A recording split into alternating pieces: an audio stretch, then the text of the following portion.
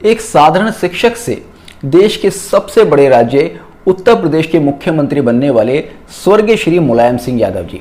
आज की इस वीडियो में हम उन्हीं की जन्म कुंडली का विश्लेषण करेंगे कि उनकी जन्म कुंडली में ऐसे कौन से राजयोग थे जिन्होंने कि उनको उत्तर प्रदेश का एक नहीं, दो नहीं, बल्कि तीन बार मुख्यमंत्री बनाया और चौथी बार उन्होंने अपनी गद्दी अपने बेटे अखिलेश यादव को सौंप दी।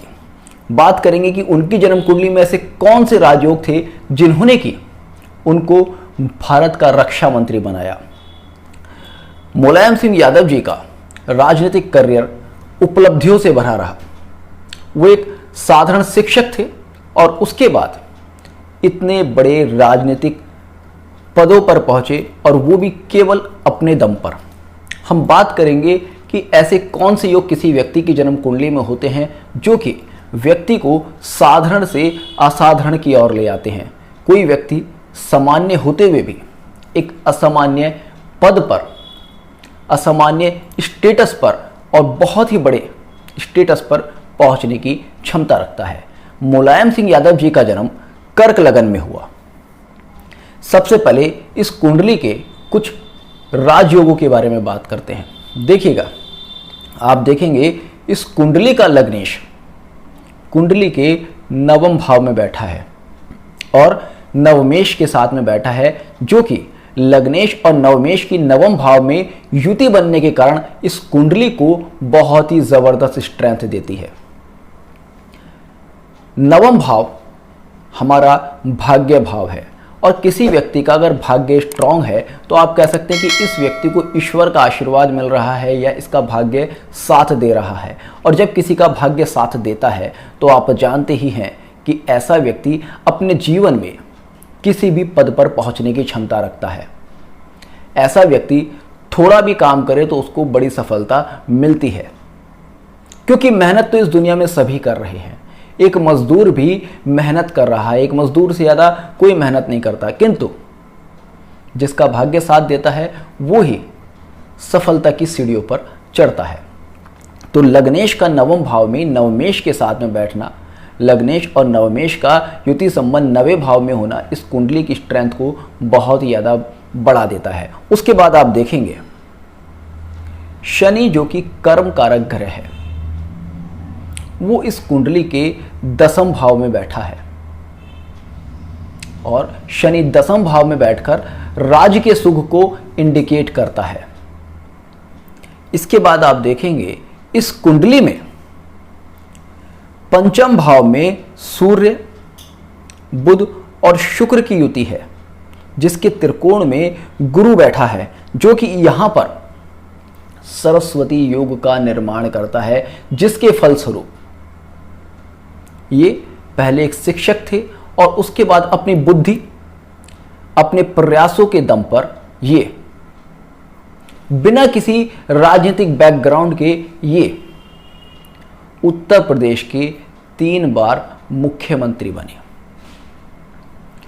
आप देखेंगे इस कुंडली में शनि, गुरु और बुध तीन ग्रह वक्री हैं।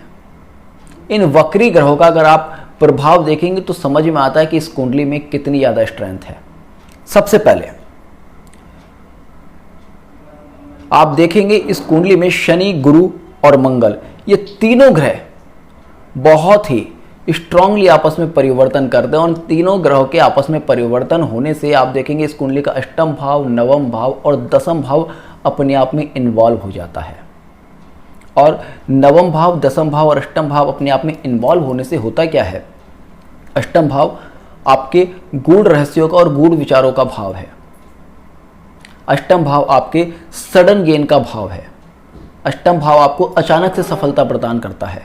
अष्टम भाव आपके लिए अक्सर उस तरह के योग बनाता है, उस तरह के समीकरण तैयार करता है जिससे कि आप अचानक से ही रातों रात बिना किसी बैकग्राउंड के, बिना किसी प्रयास के सफल हो जाते हैं। और वहां पर अगर अष्टम भाव में नवम भाव का संबंध हो तो आपका भाग्य भी आपका साथ देने लगता है, यानी कि आप अपने भाग्य के द्वारा वो जो अचानक धन लाभ के योग बन रहे हैं या अचानक सक्सेस के योग बन रहे हैं वो आपके लिए बहुत ही तेजी से बनने लगते हैं। बहुत सारे लोग होते हैं कि उनके साथ अक्सर क्या होता है कि फायदा होते होते रह गया भाई, अब वो जो होते होते फायदा रह गया वो उस कंडीशन में होता है जबकि अष्टम भाव पर नवम भाव का कोई प्रभाव नहीं होता, या नवम भाव या उसका स्वामी पीड़ित होता है या कमज़ोर होता है।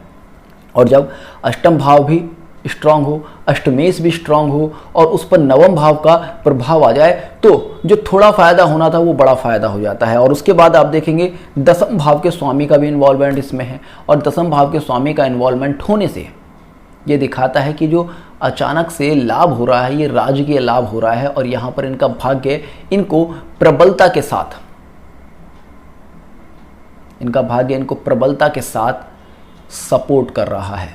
और ये वास्तविकता है कि बाबरी मस्जिद के विध्वंस के बाद मुलायम सिंह यादव जी ने उस समय की राजनीतिक समीकरणों का अपनी बुद्धि से इस्तेमाल किया और उन्होंने उत्तर प्रदेश की सत्ता को अपने कंट्रोल में कर लिया। अब राजनीतिक बुद्धि अर्थात जो इस कुंडली का सरस्वती योग बन रहा है वो इनको उस तरह की क्षमता दे रहा है कि ये चीज़ों को अपने अनुरूप इस्तेमाल कर सकें, और अचानक से जो परिस्थितियां बदली वो इनके भाग्य के कारण इनके राज के लाभ में बदल जाती हैं। इसके बाद आप देखेंगे इस कुंडली में बुध जो वक्री है, बुध वक्री होकर राहु का प्रभाव ले रहा है।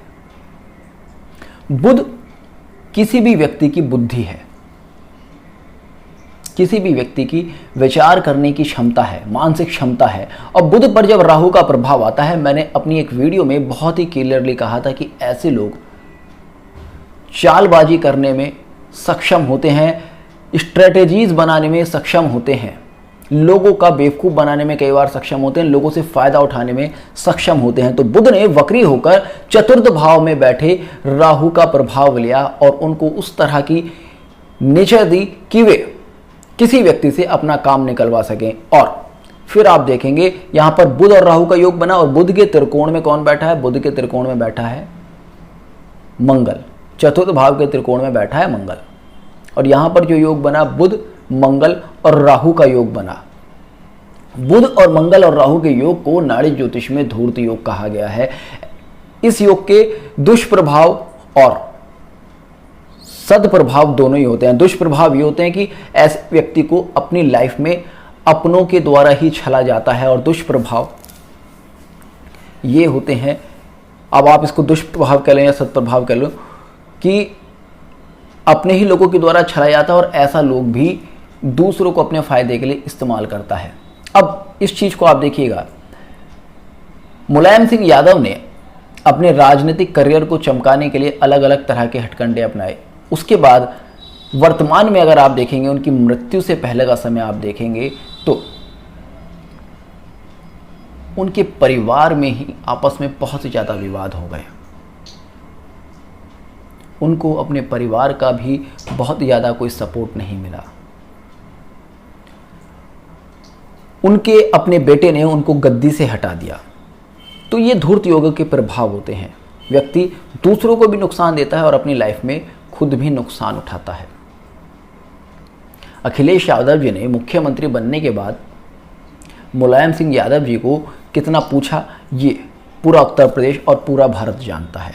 इस पर मैं कोई चर्चा नहीं करूंगा क्योंकि ये उनका पारिवारिक विषय है। किंतु ज्योतिष के नियमों अनुसार जो योग बनते हैं और उनका जो प्रभाव होता है उन पर मैं यहां पर केवल डिस्कस कर रहा हूं। मेरा कोई भी मोटिव उनकी पर्सनल लाइफ पर या उनके परिवार पर किसी तरह का क्वेश्चन मार्क लगाना नहीं है। इसके बाद आप देखेंगे इस कुंडली में कर्म धर्म राजयोग बनता है। किस तरह से आप देखेंगे, शनि गुरु मंगल का आपस में परिवर्तन हो जाता है और उसके बाद शनि के त्रिकोण में जब शनि परिवर्तन से मीन राशि में प्रभाव लेता है तो सूर्य का भी प्रभाव लेता है। शनि गुरु का योग कर्म धर्म बनता है और सूर्य का प्रभाव आने से कर्म धर्म राजयोग बनता है। और क्योंकि केतु का भी इन्वॉल्वमेंट उसमें है तो ऐसे में केतु इनको प्रोफेशनल प्रॉब्लम्स के साथ साथ राज के लाभ दे देता है। प्रोफेशनल प्रॉब्लम्स किस तरह से, पहले एक शिक्षक थे, उसके बाद इन्होंने अपना एक प्रोफेशन चेंज किया, उसके बाद ये राजनीति में आए, इन्होंने स्ट्रगल किया, उस स्ट्रगल के बाद इनके भाग्य ने साथ दिया और ये राजनीति में आगे बढ़ते गए। कोई फिक्स प्रोफेशन आप उस कंडीशन में नहीं कह सकते कि भाई इस इंसान ने एक शिक्षक के रूप में करियर शुरू किया था और शिक्षक के रूप में ही इसने उपलब्धियां प्राप्त की। तो यहाँ पर एक प्रोफेशन चेंज का योग भी बनता है। और मैं अक्सर कहता हूँ जब भी शनि, केतु और मंगल का योग बने तो ऐसे में व्यक्ति को प्रोफेशनल प्रॉब्लम होती हैं, किंतु अगर वहाँ पर गुरु का प्रभाव आ जाए तो वो प्रोफेशनल प्रॉब्लम उसके लाभ में परिवर्तित हो जाती हैं, जैसा कि मुलायम सिंह यादव जी के साथ हुआ। तो ये कुछ स्पेशल योग इनकी कुंडली में बनते हैं जो कि इनको एक साधारण से असाधारण व्यक्तित्व की ओर ले जाते हैं। तो होपफुली आपको आज का वीडियो पसंद आया होगा। तो जुड़ रहेगा अष्ट सूत्र के साथ। मिलते हैं नेक्स्ट वीडियो में, तब तक के लिए जय हिंद, जय भारत।